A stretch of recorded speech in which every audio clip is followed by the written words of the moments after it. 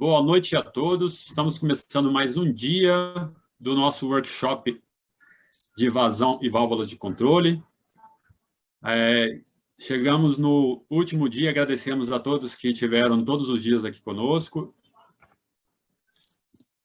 Hoje, a agenda de hoje, do dia 12, para vocês estão vendo aí na tela, ela vai ter as empresas SIC, Sensor Inteligente, a SMAR e a Emerson. E nós vamos começar com a SIC. Apenas para aproveitar esse momento rápido, 2 minutinhos, só para falar, para chamar vocês para fazer parte da ISA. A ISA, ela é uma referência no mundo todo, e aqui na Bahia, nós temos 30 anos já, estamos fazendo 31 anos. Então, a gente pede para vocês virem ajudar a gente. Nós estamos honrando o passado da ISA, da história da ISA, estamos fazendo acontecer no presente através desse workshop.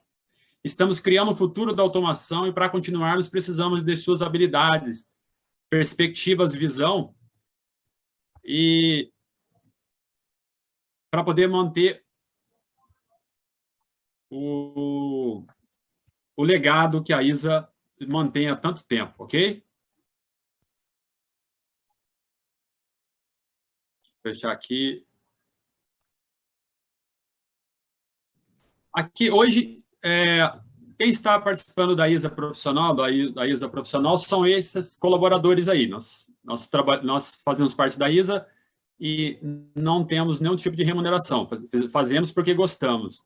E aí nós temos o Jerônimo, a Leli, Davi, eu, Lívio, Maurício, Marco Antônio Ribeiro,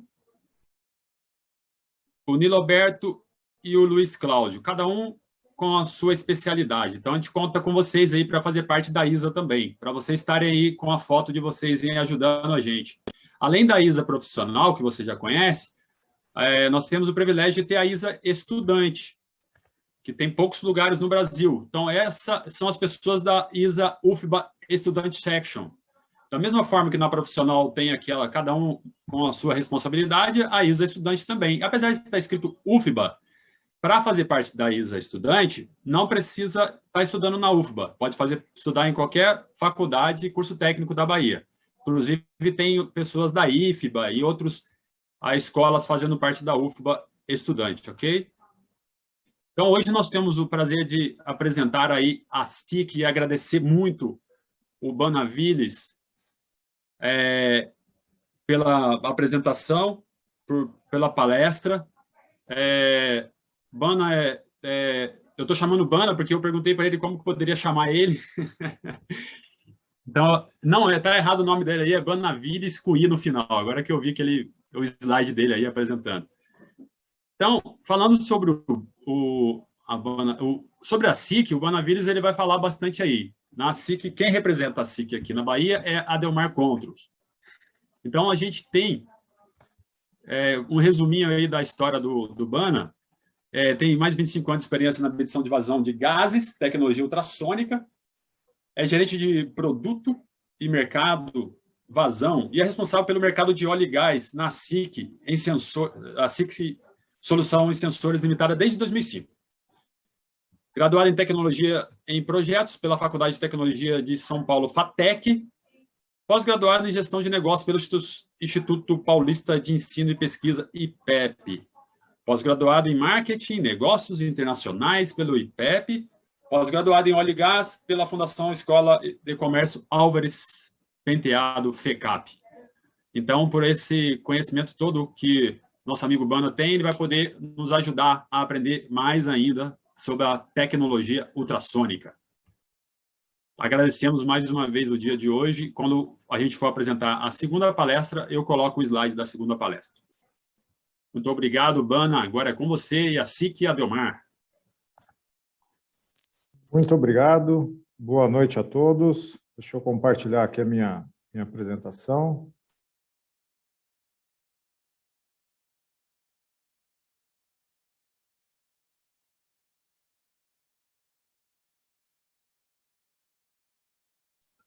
Bom, só me digam se está tudo funcionando aí, se está tudo ok? Está ok. Ok, obrigado. Bom, boa noite a todos. Eu queria agradecer primeiro aí a todos da ISA, né? Agradecer a ISA pela oportunidade de estar participando da SIC e a Delmar participando desse evento, que para a gente é um evento muito importante. A SIC ela participou da ISA, né? E de todos os eventos que a ISA fazia já no passado, aí eu não sei te dizer, mas há 15 anos atrás, a gente já participava dos eventos da ISA Bahia, em todos os eventos que eram feitos aí presenciais. Então, para a gente, nas feiras que vocês promoviam também, então, os eventos na UFBA. Então, para a gente sempre foi um grande prazer participar dos eventos, né? E fazer algumas palestras, levar produtos e contribuir para divulgar não só a nossa tecnologia, mas conhecimento de uma forma geral na Bahia e em todos os usuários aí da região, né, e do Brasil todo. Então, agradeço aí a possibilidade da gente continuar nesses eventos, para a gente é muito importante. E agradeço também a Delmar aí, a todos os participantes, né, todos que estão assistindo a palestra, que se dedicaram aí um tempo aí para nos ouvir. Agradeço a equipe da Delmar aí que está dando todo o suporte para a gente na Bahia também e participando do evento aí, o Carlos Leite, que eu vi, imagino que os outros também. E a minha intenção aqui, na verdade, é mostrar um pouco da tecnologia ultrassônica, mas eu acho que é muito importante a gente mostrar a história dessa tecnologia, né? Eu vejo, normalmente, eu mesmo faço muitas apresentações falando do produto, de um benefício, alguma característica do produto, mas eu acho importante a gente mostrar essa história da evolução da tecnologia ultrassônica e o que ela possibilitou nesses anos todos, ou em algumas décadas, de ser feito, né? Quais medições passaram a serem feitas com essa tecnologia e quais as vantagens que ela traz aí quando a gente compara com outras, né? Mas, na verdade, a ideia é ter possibilidades, né? Outras possibilidades de fazer esses tipos de medições.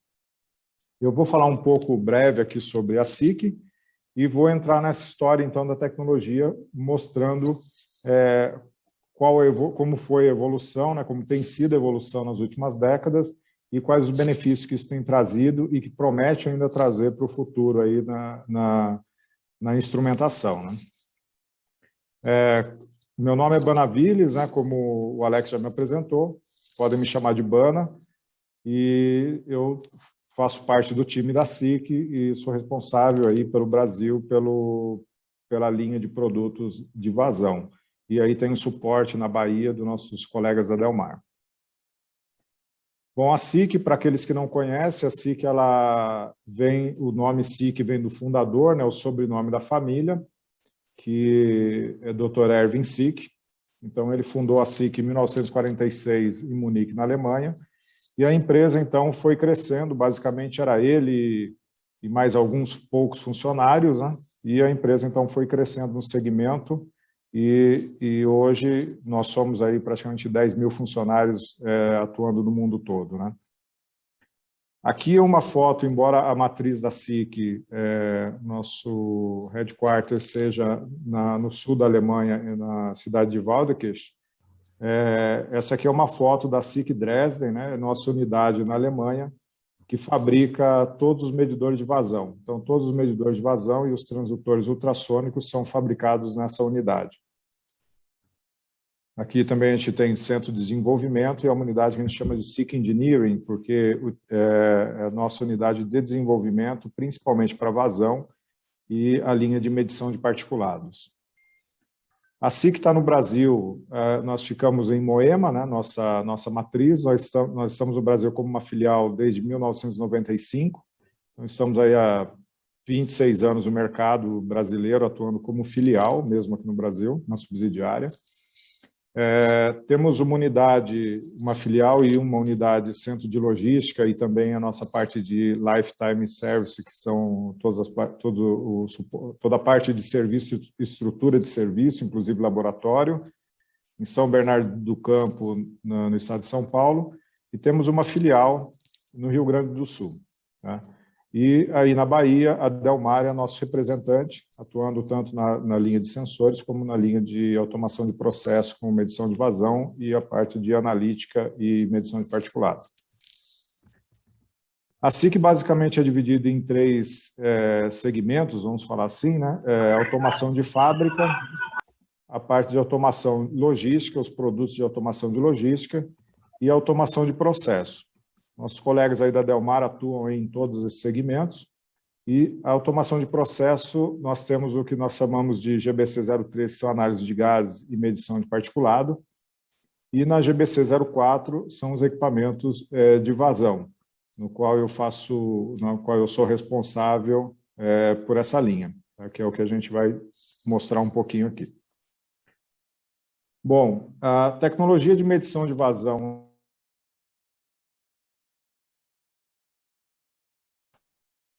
Ficou mudo. Opa, agora voltei, né? Voltou. Tá. A tecnologia de ultrassônica de medição de vazão de gases, ela surge, vamos dizer assim, depois dessa tecnologia ser utilizada para líquidos, né? Então, primeiro, eu acredito que na década de 50, a gente já tinha equipamentos para medição de líquidos, ultrassônicos para líquidos, mas não gases ainda, porque ainda existiam alguns desafios aí para serem superados. Na década de 80, basicamente essa tecnologia ela começa a ser bastante difundida na aplicação em grandes bitolas, né, em dutos de grandes bitola, e principalmente onde você não tinha área classificada. E aí a gente pode traduzir isso daqui, né, onde o início disso se dá em chaminés para controle de emissão.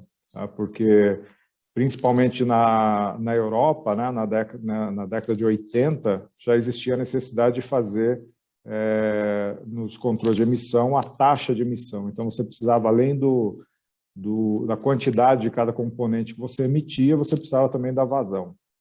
Então, surge aí uma grande necessidade, um grande mercado, principalmente na Europa. E a base do desenvolvimento da tecnologia, eu costumo dizer que ela é muito focada, né, o investimento é muito grande no transdutor ultrassônico e em algoritmos de diagnósticos. Então, a gente vai ver aqui o que o desenvolvimento do transdutor ultrassônico acaba refletindo e trazendo benefícios no desenvolvimento do próprio medidor e da tecnologia. Então, eu costumo dizer que o transdutor ele é o coração do medidor ultrassônico, né? E lógico que os algoritmos trazem uma segurança, algoritmos de diagnósticos, né, trazem uma segurança maior para a gente utilizar essa tecnologia no dia a dia, em vários segmentos, em vários processos. Hoje, basicamente, a tecnologia ultrassônica é utilizada para medição de gases em diversos tipos de indústrias, em diversos segmentos, né? Então, a gente vai ver aqui todas as possibilidades, ou parte dessas possibilidades.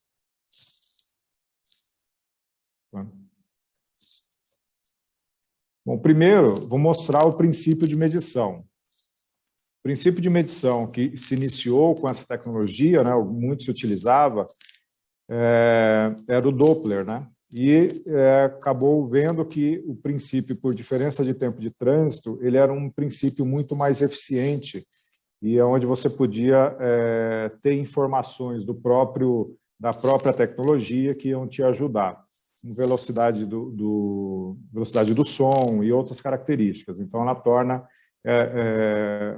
a tecnologia de medição de vazão, pelo conceito de diferença de tempo de trânsito, uma forma muito mais eficiente de se trabalhar com essa tecnologia. Então, basicamente, ele vai medir, né? Você tem a vazão, o fluxo da esquerda para a direita, ele emite uma onda que vai do transdutor A até o B. Essa onda ela é acelerada pela velocidade do fluido na ida e ela é desacelerada pela mesma velocidade do fluido na volta. Essa desaceleração e aceleração se dá pelo valor do cosseno desse ângulo, de modo que a diferença de tempo de trânsito entre a ida e a volta está relacionada com a vazão, com a velocidade desse gás, na verdade, né? E aí, multiplicado essa velocidade média desse gás pela seção transversal, né, pela área da seção transversal da tubulação, a gente então vai ter a vazão volumétrica. Então, aqui é o que ele fala, né? Diferença em termos de trânsito, velocidade do gás em cada feixe. Você pode ter aplicação aí que tenha um feixe, 2 feixes, 4, 8, enfim, depende de cada fabricante. Mas isso vai te dar somente mais velocidades, né? Ou velocidades em pontos diferentes para que você possa ter uma curva e poder definir de forma, com uma exatidão melhor, a vazão, né? Bom, ele também faz a medição da velocidade do som, né? Pela distância L, percorrendo aqui essa distância L pelo tempo, ele vai calcular a velocidade do som também, em cada feixe. E isso pode acontecer, então, em um feixe, ou 2, ou 4, dependendo da quantidade ou da configuração do seu medidor.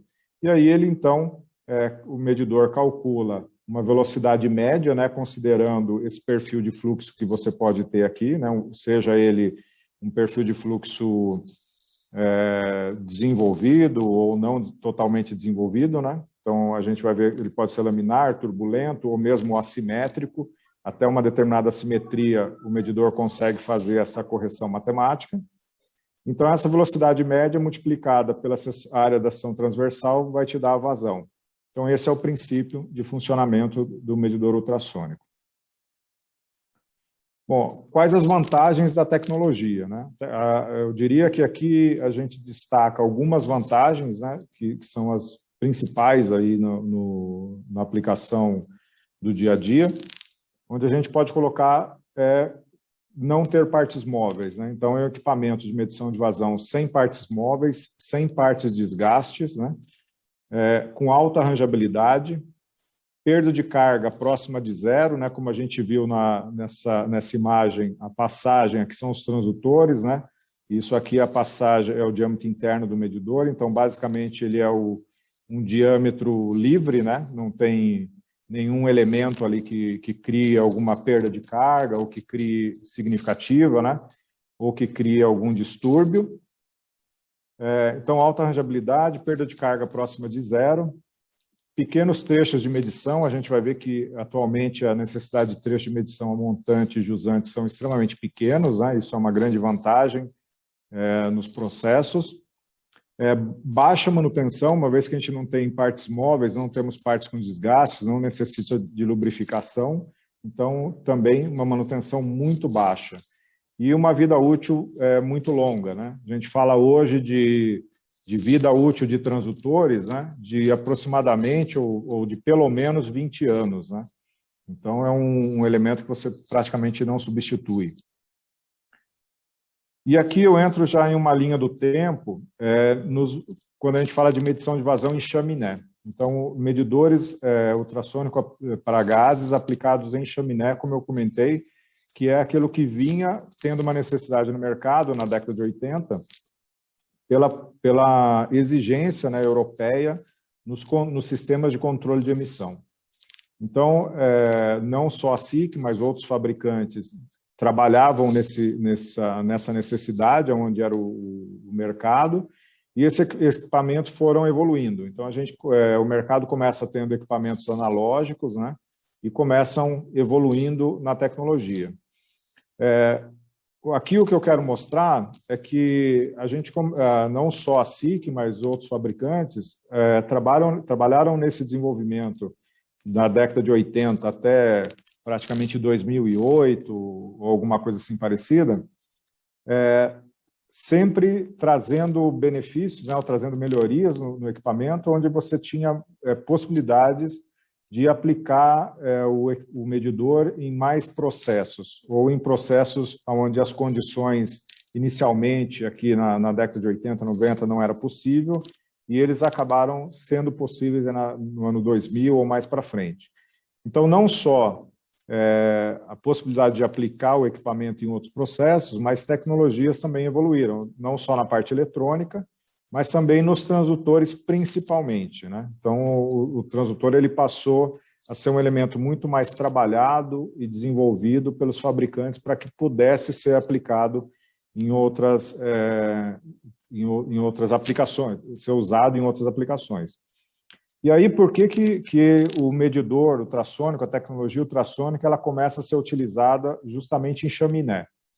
Então, aqui, o início, por ser na chaminé, é porque a gente estava falando aqui de dutos, né, que são dutos grandes, né, e aonde você podia, normalmente isso não é uma aplicação de área classificada, né, você, tirando refinarias e outras chaminés aí mais específicas, né, no dia a dia você não tinha em aplicações gerais, você não tinha essa exigência de área classificada na chaminé.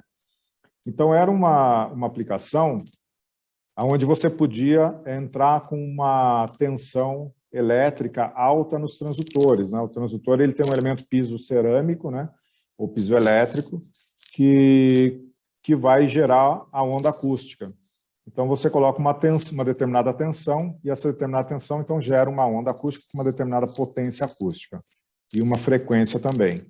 Então, nessa época, né, ou no início dessa utilização da tecnologia, os transdutores eles ainda tinham diâmetros muito grandes, né?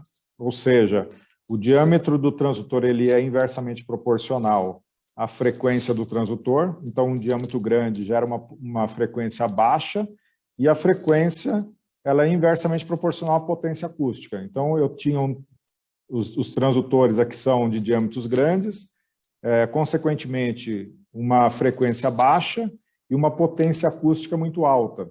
E como eu podia colocar, né, uma tensão alta nesse transdutor, eu gerava, então, uma potência acústica grande que eu conseguia atravessar a chaminé com essa onda. Então, todo esse conjunto, onde você não tinha aí vamos dizer assim, comparado com hoje, uma tecnologia tão avançada, trazia esse benefício de utilizar a tecnologia ultrassônica em chaminés. Então, com essa evolução, o que foi acontecendo foi que foi sendo trabalhado os transdutores, né, onde você consegue manter potência acústica, diminuir a tensão no transdutor, aplicada no transdutor, e também trabalhar com a frequência. Então, isso leva a gente a ter transdutores com uma tensão menor, onde eu consigo aplicar esse transdutor em medições em áreas classificadas, né? Então, nessa evolução aqui, o que acontece? A gente consegue ver hoje no mercado, né, que você vai chegar em aplicações de chaminé ou dutos grandes, né, de uma forma geral, podendo ser aplicado em diâmetros desde de 0,15 metros, né, ou 150 milímetros, a 13 metros de diâmetro. Então, hoje você tem uma possibilidade de aplicação em processos, né, não só em chaminé, mas em dutos dentro da indústria, muito grandes, velocidade de gás até 40 metros por segundo nesse tipo de equipamento, né? Então a gente vai ter equipamento com outras velocidades, temperatura de menos 40 a 450 graus, pressão desde menos 0,5 bar a 16 bar, e medindo, por exemplo, em chaminés ou processo, gás com concentração de particulado de até 100 gramas por metro cúbico. Então, isso é uma quantidade gigantesca de particulado, né? Onde hoje os transdutores e o equipamento conseguem trabalhar com essa condição, que é bastante extrema. Possibilidade da unidade eletrônica ficar até 1.000 metros de distância, então isso traz aí um benefício de você conseguir, em casos onde você tem área classificada, né, tirar a eletrônica da área classificada e ter instalação com a mesma exatidão, porém uma instalação mais barata, né, de menor custo de aquisição. Possibilidade de múltiplos feixes, né, por exemplo, 2 feixes de medição, e também você vai encontrar no mercado versões que nós chamamos de cross-ducts, né, cross-duct ou probe, para chaminé. Então, cross-duct, você tem um transdutor ou uma sonda, né, que carrega no transdutor na ponta de cada lado da sua chaminé, né? Então, o cross-duct ele cruza o duto, né, o sinal. Ou você vai ter esse modelo aqui, ó, onde você tem uma sonda, apenas uma única inserção, e ele já carrega os 2 transdutores, né? Então, qual o benefício, né? O benefício de você ter esse cross-duct é você, quando tem uma chaminé desse porte aqui da foto, né? Então, tem uma sonda aqui, ó, cross-duct, e a outra sonda está lá em cima, né? Então, você teria que fazer um acesso, tudo, né? Construir uma outra plataforma, né? Lógico que você não vai fazer isso, né? mas tem que construir uma outra plataforma para ter acesso a outra sonda. Então, com o tipo probe, você acaba eliminando esse tipo de necessidade. Bom, seguindo essa evolução do tempo, da tecnologia no tempo, né? Os medidores também acabaram indo para um outro caminho, né? Onde você conseguia também aplicar o medidor ultrassônico nas medições de flare, de vazão de flare. Porque a medição de vazão de flare, ele também estamos falando aí de diâmetros grandes também, né? Como não tão grandes como uma chaminé, mas de bitolas grandes. Porém, você tem os desafios da medição de flare, né? Então, durante esse período, né, que a gente pode colocar como uma referência até 2008, embora alguns fabricantes já tivessem medição de flare bem antes dessa data, aqui o que eu quero mostrar é que houve uma evolução natural, vamos chamar assim, né? O equipamento passou a ter, em 2008, de chaminé, ele tinha já unidades eletrônicas, né, nas cabeças que eram inteligentes, então os cálculos primários feitos aqui na própria sonda, os cálculos secundários na unidade eletrônica, correção de volume, por exemplo, e essa evolução natural leva aos medidores de medição de flare, onde você tem transdutores com frequências dedicadas à medição de flare, perfil de transdutores melhorados, ângulos de instalação melhorados para as altas velocidades, né? Então, quando a gente fala de flare, nós estamos falando de velocidades, medições assim muito desafiadoras, porque estamos falando de velocidades muito baixas, né? Em torno de menos de meio metro por segundo, e estamos falando também de velocidades acima de 100 metros por segundo. Então, é um desafio muito grande. E também é uma medição onde você tem uma variação da composição do gás praticamente a todo momento, né? Vai depender muito do que está acontecendo na sua planta, é o que está chegando no medidor, que vai para o flare. Então, assim, é uma variação total de processo, né? E a todo momento. Então, isso para ser manipulado é bastante difícil. Então, essa evolução acabou acontecendo no medidor de flare, e hoje você encontra, então, medidores de flare dedicado a essa aplicação. Então, são medidores bastante especializados, porque eles trabalham em diâmetros que variam, por exemplo, de 4 a 72 polegadas, né? A gente, por exemplo, tem isso instalado, esse equipamento instalado em uma tubulação de 154 polegadas, ou seja, com o sistema probe, né, você praticamente consegue manter a sonda na posição de leitura da vazão para o cálculo em qualquer diâmetro, né? Você só vai ter uma haste bastante longa. O grande desafio, né, fazer medição de velocidade de gás de 0,03 até 120 metros por segundo no mesmo equipamento, então nós estamos falando aí de uma rangeabilidade de 4.000 para 1, então isso é uma grande evolução. Hoje, por exemplo, a SIC consegue fazer medição acima de 120 metros, né? Então a gente utiliza outras tecnologias, além da diferença de tempo de trânsito, junto com correlação de velocidade do som, e isso a gente consegue, então, ampliar um pouco esses valores, né? Então, você veja que hoje a temperatura, né, já não é um problema, a gente trabalha aí, você vai ter equipamentos disponíveis de menos 196 até 280 graus Celsius positivo. Unidade eletrônica, como eu tinha comentado, né, no flare você tem áreas classificadas, né, então você vai ter esse equipamento com transdutores dedicados, né, transdutores IA intrinsecamente seguros, né, para você não ter nenhum risco no equipamento, e você põe a sua eletrônica a 1.000 metros de distância, numa sala de controle, onde você não tem área classificada.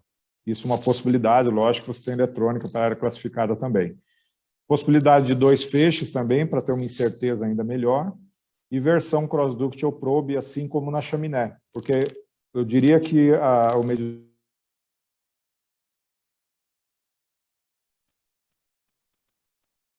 o medidor de flare ele é basicamente uma evolução muito grande do medidor de chaminé.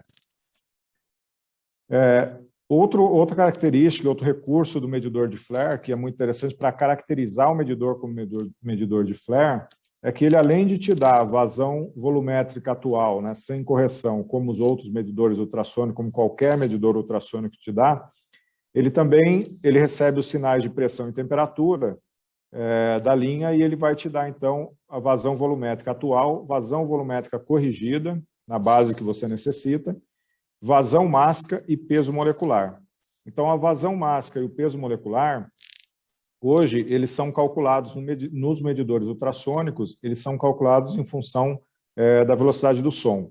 Então, veja que isso foi uma evolução que teve na tecnologia, onde os fabricantes aprenderam, né, a utilizar as informações que a tecnologia fornece para construir aí equipamentos que possam não só ser aplicados em outros processos mais críticos, mas que também possam fornecer informações, né, medir variáveis aí de processos que são muito úteis, evitando que você precise colocar outros tipos de equipamentos também na linha, né? Então, isso daqui é uma coisa muito interessante, né? A gente pode, por exemplo, dentro de uma refinaria, identificar pelo peso molecular de qual área está vindo o gás que está sendo queimado. Então, isso é um dos usos, né? Além disso, as sondas, no caso do flare, né, um outro desafio, né, você não pode parar a planta, né? Então, muitas vezes você tem uma refinaria, uma planta química, petroquímica, que tem somente um flare. E você não pode parar toda a planta para fazer uma manutenção no flare, né? Então, ou mesmo uma instalação. Então, hoje você tem sondas retráteis, né, com processo em operação, onde você pode fazer a retirada da sonda, fazer a inserção novamente com um processo em operação, o flare queimando sem nenhum problema, sem que haja problema ou que seja necessário interromper qualquer parte do processo.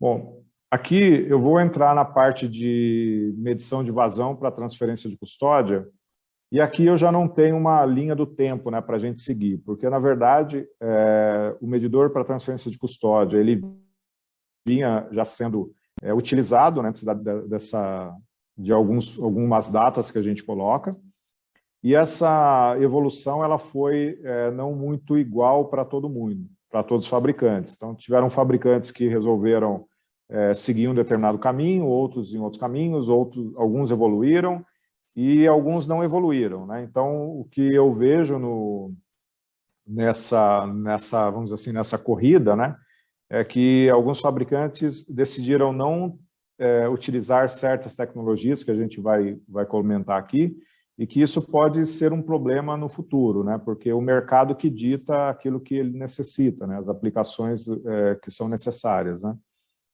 Mas, de qualquer forma, a ideia aqui é de mostrar o que evoluiu em algumas décadas, né, na tecnologia ultrassônica. Então, aqui a gente vê que os medidores mais antigos, eles tinham muito cabos, né, cabos aparentes, né, e hoje uma tendência que praticamente vários fabricantes já estão seguindo dessa forma, é que os cabos eles são todos embutidos, né? Então você não tem nenhum cabo aparente para não ser danificado pela atmosfera, para não ser danificado por alguém, né? Por acidente ou propositalmente. Você veja que alguns utilizavam várias eletrônicas, né? Transdutores muito grandes, ó. Então tudo isso, a tendência da tecnologia é que seja cabos todos internos, que você tenha uma unidade eletrônica. Afinal, hoje, uma eletrônica, né, com os processadores que a gente tem hoje, consegue fazer muitas coisas, né? Então, não é necessário você dividir esses processamentos, né? Você consegue fazer isso em um único processador. E também o tamanho dos transdutores, né, que eram grandes transdutores, e eles passaram a ser miniaturizados, vamos chamar assim, né, para que houvesse benefícios na tecnologia. Bom, aqui ó, eu mostro parte dessa evolução tecnológica, né, que muitos fabricantes já utilizam, que é o que a gente chama do transdutor metal-metal. Então, antigamente, além do transdutor ter um tamanho grande, ele também era preenchido com resina epóxi, né? E isso traz aí alguns... vamos dizer que o transdutor metal-metal tem alguns benefícios, né? Aqui a gente vê que, além dele ser um transdutor metal-metal, né, totalmente em metal, com a ponta em titânio, ele é um transdutor miniaturizado, né? Então, pelo tamanho aqui do palito de fósforo e a pessoa segurando aqui, a gente consegue ver que esse transdutor ele reduziu bastante de tamanho. E o tamanho do transdutor, a gente vai ver que lá na frente, ele permite que esse transdutor seja utilizado em medidores menores e em aplicações onde, se você tivesse o transdutor grande, isso não seria possível. Então, essa evolução no transdutor, que a gente vê aqui, ela não foi só em tamanho, ela foi também nas características do transdutor. Então, como eu comentei, né, o transdutor, a frequência dele é inversamente proporcional ao diâmetro. Então, além de você ter um transdutor potente, né, você precisa ter ele, você diminui o diâmetro, você tem frequências diferentes, né? Então, por exemplo, você vai ter no mercado transdutor de 80, 135, 210 e até 350 kHz. E o que isso traz de vantagem, né? A grande vantagem de você ter transdutores com frequências diferentes, né, e principalmente com altas frequências, como 210 ou 300 kHz, 200, 300 kHz, a grande vantagem é que você consegue evitar esse tipo de elemento na instalação. Então, era muito comum, né, em instalações de ultrassônico, você ter o medidor, vamos dizer que ele esteja aqui, ele deve estar, vamos dizer que o fluxo está nesse sentido, né, da direita para a esquerda, o medidor esteja aqui em algum ponto. Ele vai estar montante. Então, se você tiver, antes do medidor, uma válvula reguladora de pressão, você vai ter um ruído gerado pela válvula reguladora, né, um ruído na faixa ultrassônica. E esse ruído, se ele estiver na frequência próxima à frequência de atuação do transdutor, ele vai interferir e vai dar um problema no medidor, vai criar uma falha no medidor, porque o medidor não vai saber qual é a onda acústica que ele gera e qual é a onda acústica que vem do ruído de linha. Então, quando você faz transdutores com altas frequências, você elimina esse risco de ter problemas no ruído de linha, e aí você elimina na sua instalação essa peça que eu também nem sei o nome, mas a gente pode chamar de redutor de ruído, né?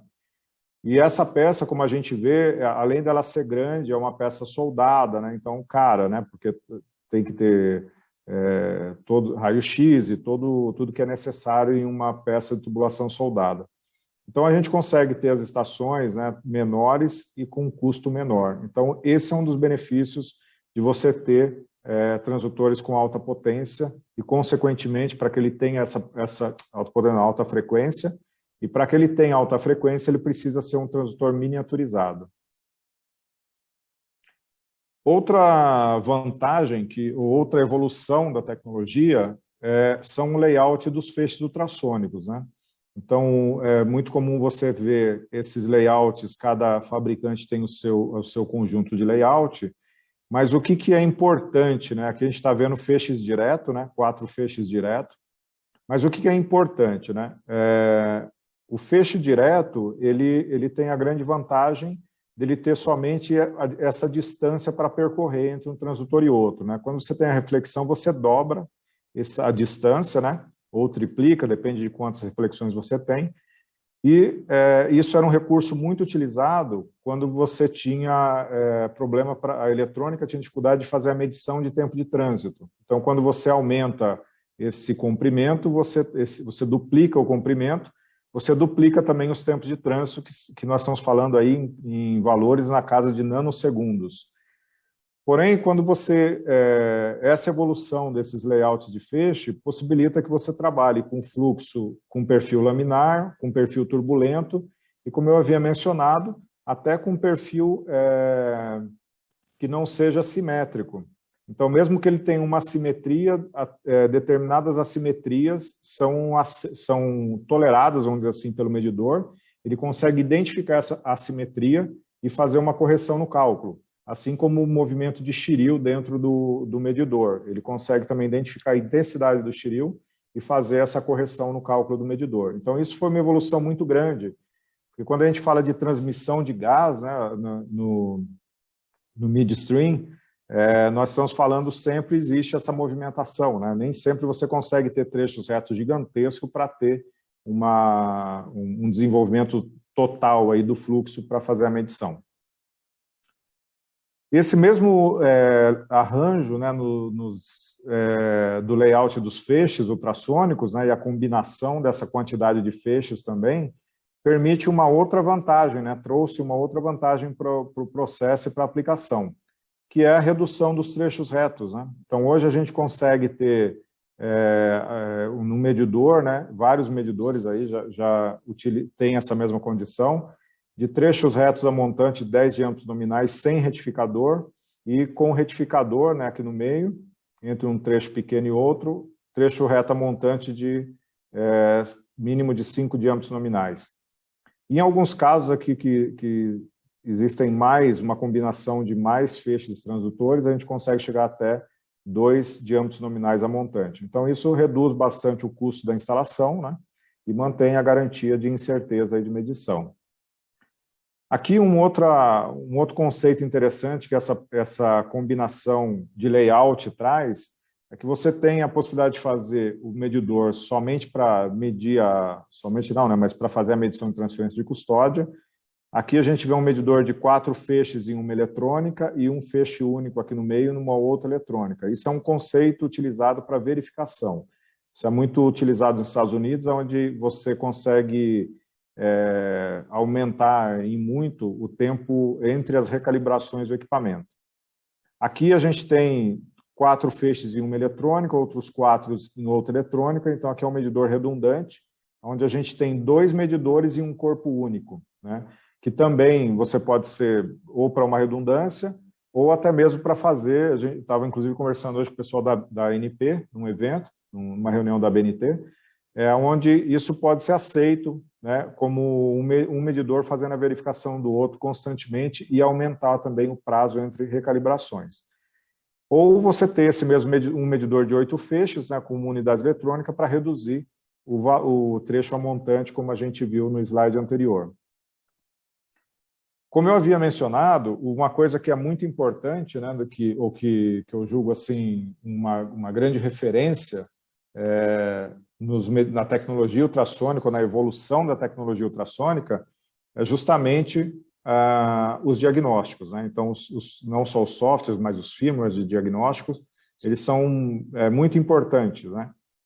E aqui a gente pode ter uma referência em 95, onde a gente tinha o que a gente chama de TBM, Time Based Maintenance, ou seja, isso aqui era uma manutenção baseada em tempo, né? Então, a cada X período você vai lá e faz uma manutenção, uma limpeza no equipamento, né, independente se aquilo é necessário ou não. Então, é uma manutenção preventiva, né, mas que você já tem lá os protocolos para fazer. E aqui, então, houve, em 2005, ou por volta disso, que a gente chama de CBM, que é Condition Based Maintenance, ou seja, a manutenção era feita baseada em parâmetros, em condições que o medidor fazia, essas análises te davam essas informações. Baseado nesses parâmetros, você sabia se era necessário ou não, ou em qual momento era necessário fazer a manutenção e qual tipo de manutenção adequada para aquela condição, né? Essa evolução, isso evoluiu, né? Os diagnósticos passaram a ser aplicativos voltados para diagnóstico, onde você consegue ter vários parâmetros sendo analisados, né, ao mesmo tempo. E o próprio aplicativo, né, o software do equipamento, ele vai te dizer, além de que momento e o que você tem que fazer, ele também te diz aonde e por que você tem que fazer essa manutenção. Então, ficou uma coisa muito melhor e também te informando quais as consequências daquilo, né?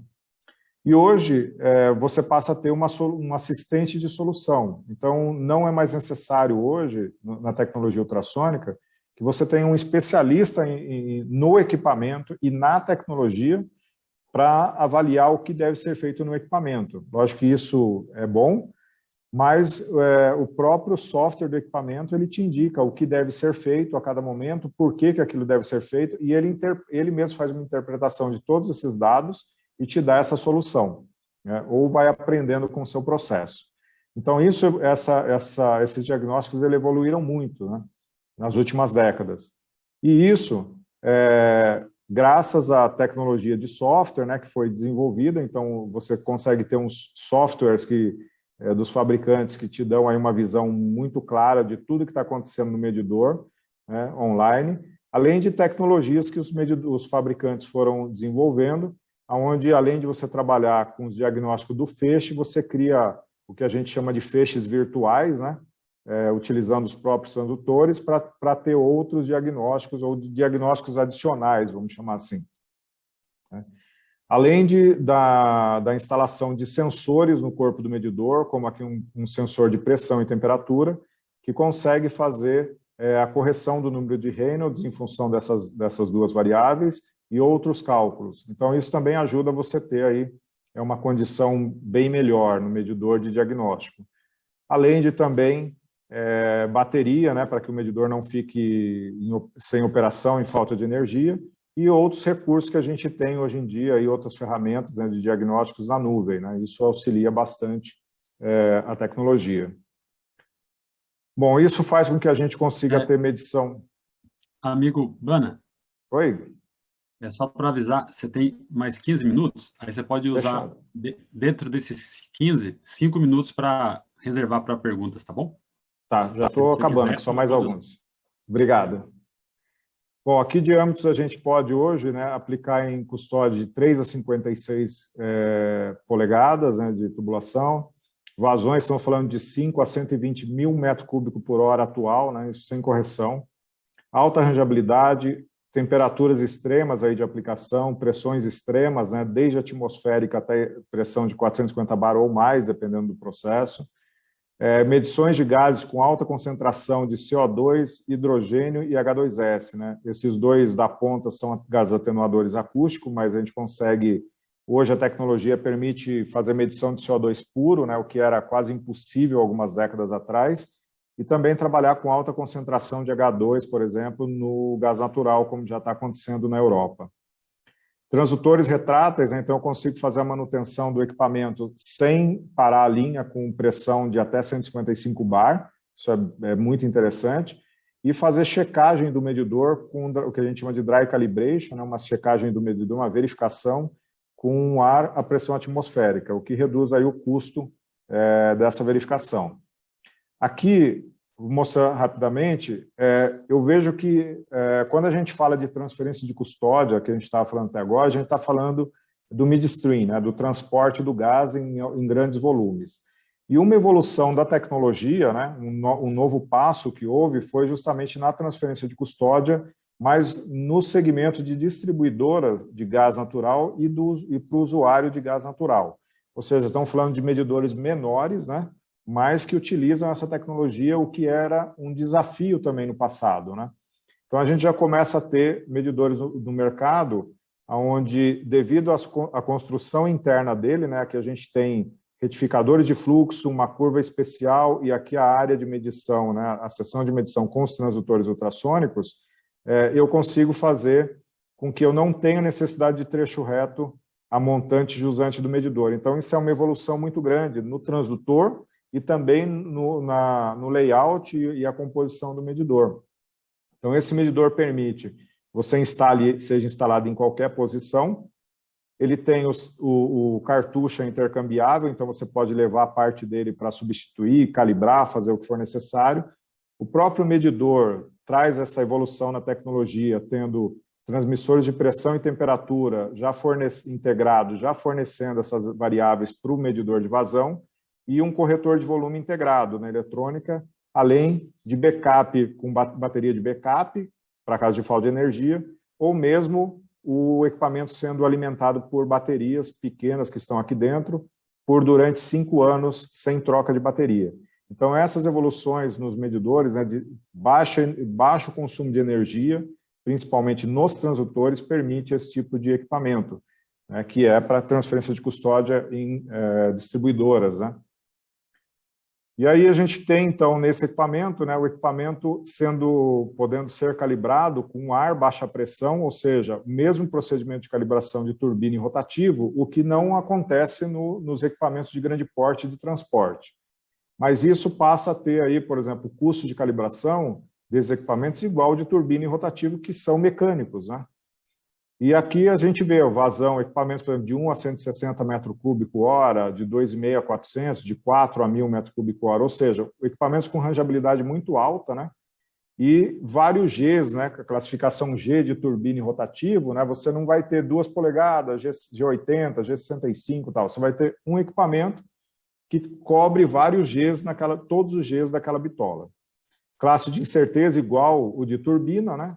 E cartuchos intercambiáveis e sem necessidade de trecho reta montante jusante. Ou seja, um equipamento que vem a ser aplicado com a tecnologia ultrassônica nas aplicações tradicionalmente de turbina e rotativo, né? Então, assim, uma evolução bastante grande nesse segmento, né?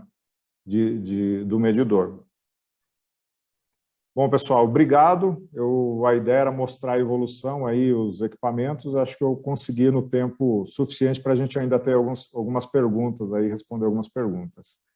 Agradeço a todos e fico à disposição. Bana, tem algumas perguntas aqui e eu posso fazer, né? Pode, fica à vontade. Então, vamos lá.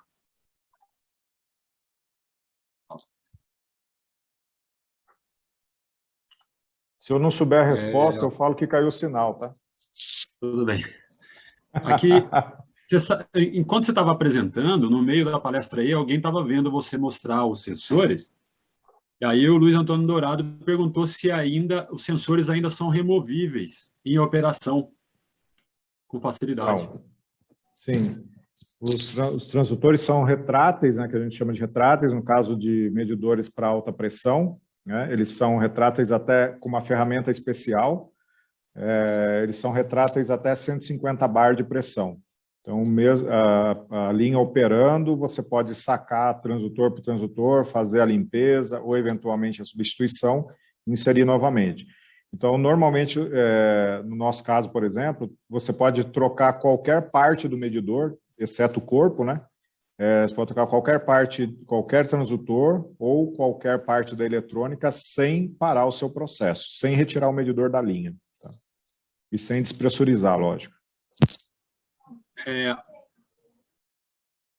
No passado, o medidor ultrassônico ele tinha algumas limitações de temperatura de processo, problema com incrustação e sólidos que afetavam na medição. Essas novas tecnologias já eliminaram isso?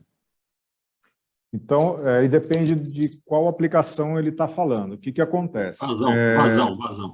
Não, sim, de vazão. Mas, por exemplo, quando a gente fala de chaminé, isso é muito comum em chaminé. Você ter material que acaba incrustando ou que ele é abrasivo e acaba criando um desgaste no transdutor. Então, ou ele acaba agregando realmente como um pó de indústria de cal, por exemplo, né? Ele vai agregando e formando uma pedra em volta. A gente tem, por exemplo, um equipamento que ele tem um sopro na frente do transdutor. Então, ele cria uma cortina de ar na frente do transdutor. Isso evita que esse material particulado ou esse material que agrega, né, ou abrasivo, que danifique ou que agregue na frente do transdutor. Tá? Então, existe esse recurso.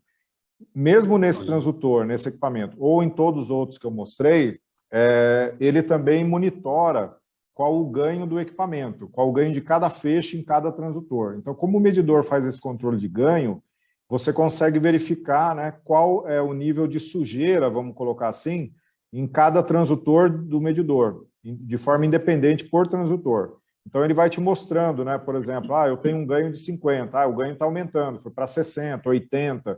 Então, você tem esses limites, né, e o próprio medidor ele vai te falar, olha, o ganho está aumentando, ele está alto.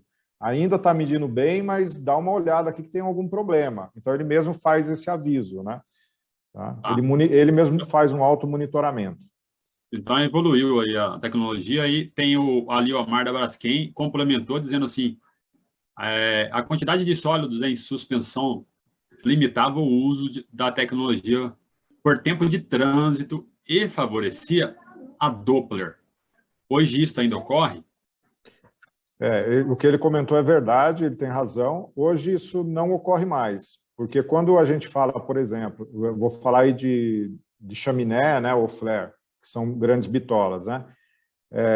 Hoje, bom, mesmo nos medidores menores, o que acontece é que os transdutores ultrassônicos hoje, o nosso, por exemplo, ele trabalha com um sistema de amplificação do sinal no próprio transdutor, tá? E aí ele tem uma potência acústica muito grande. Então, a potência acústica, o transdutor metal-metal, como eu comentei, ele tem duas vantagens muito interessantes.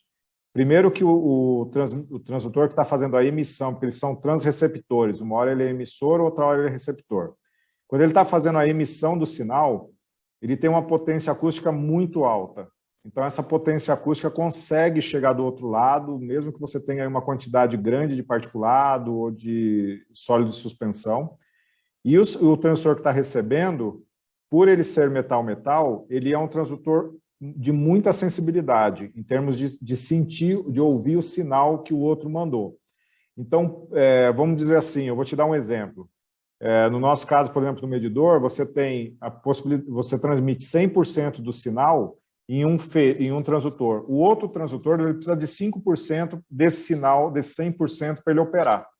Então, você pode ter uma perda de 95%, e ele está monitorando essa perda. Então, a potência acústica hoje é muito grande e ela permite, sim, essa quantidade bem maior de sólido de suspensão. Tá? Como eu comentei, por exemplo, no caso do medidor de chaminé, a gente tem aplicações até 100 gramas por metro cúbico. É bastante. Tá mudo, Alex. Seu microfone está mudo. Eu agradeço, tem muito parabéns aqui, eu estou pulando, estou aproveitando que você deixou um tempo para responder, eu vou colocar outras perguntas. Ainda existem sensores transdutores do tipo clampão? Sim. Isso aí é uma outra tecnologia, eu não comentei deles aqui, mas o clampon ele é uma outra tecnologia. Na verdade, o clampon, você pega dois transdutores, né, e fixa ele na tubulação, na parte externa da tubulação, ou de um lado ou de outro, né, com o cross duct, ou fazendo reflexão, depende do modelo aí da aplicação, e ele vai fazer essa leitura. Também? Não, a SIC não tem esse modelo, nós não temos essa tecnologia. O que eu vejo é que essa tecnologia ela é muito utilizada em líquido, ela é muito pouco utilizada em gás, né? Só quando você quer ter uma referência da vazão ali, vai fazer uma referência e vai tirar o equipamento. Nesse caso, às vezes o pessoal utiliza.